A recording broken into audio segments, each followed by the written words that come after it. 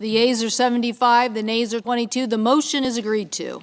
With this vote in the U.S. Senate, partial funding flows to the U.S. government. For the tiny Pacific nation of Palau, a U.S. ally, it's a lifeline. It's not October 1st, but it's at least within this fiscal year and really just in time. Palau maintains diplomatic relations with Taiwan, but its economy relies on Chinese tourists, who dropped by more than 50% in the wake of the COVID-19 pandemic, tanking the nation's economy. Whip says he recently met with investors from Singapore and Japan to chart a more sustainable direction. Opening up new markets so that we're diversified and more resilient and not so dependent on the Chinese tourism, which could be weaponized. Palau's funds come through an agreement that provides $7 billion in economic aid over 20 years to Palau, Micronesia, and the Marshall Islands.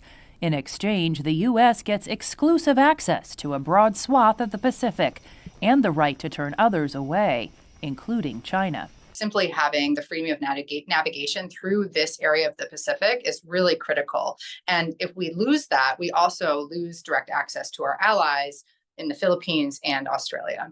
The agreement was renewed and signed last fall, but Congress took 5 months to fund it.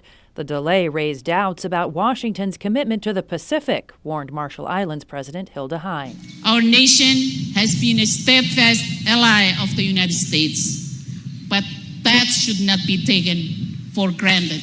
In a video message on Facebook, Wesley Simina, president of the Federated States of Micronesia, or FSM, acknowledged the long wait. This understandably may have stirred doubt and uncertainty. But in this, you can be certain.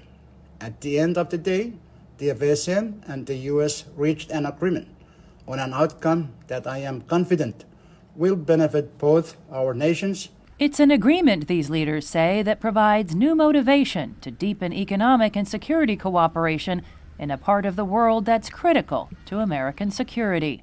Jessica Stone, VOA News, Washington.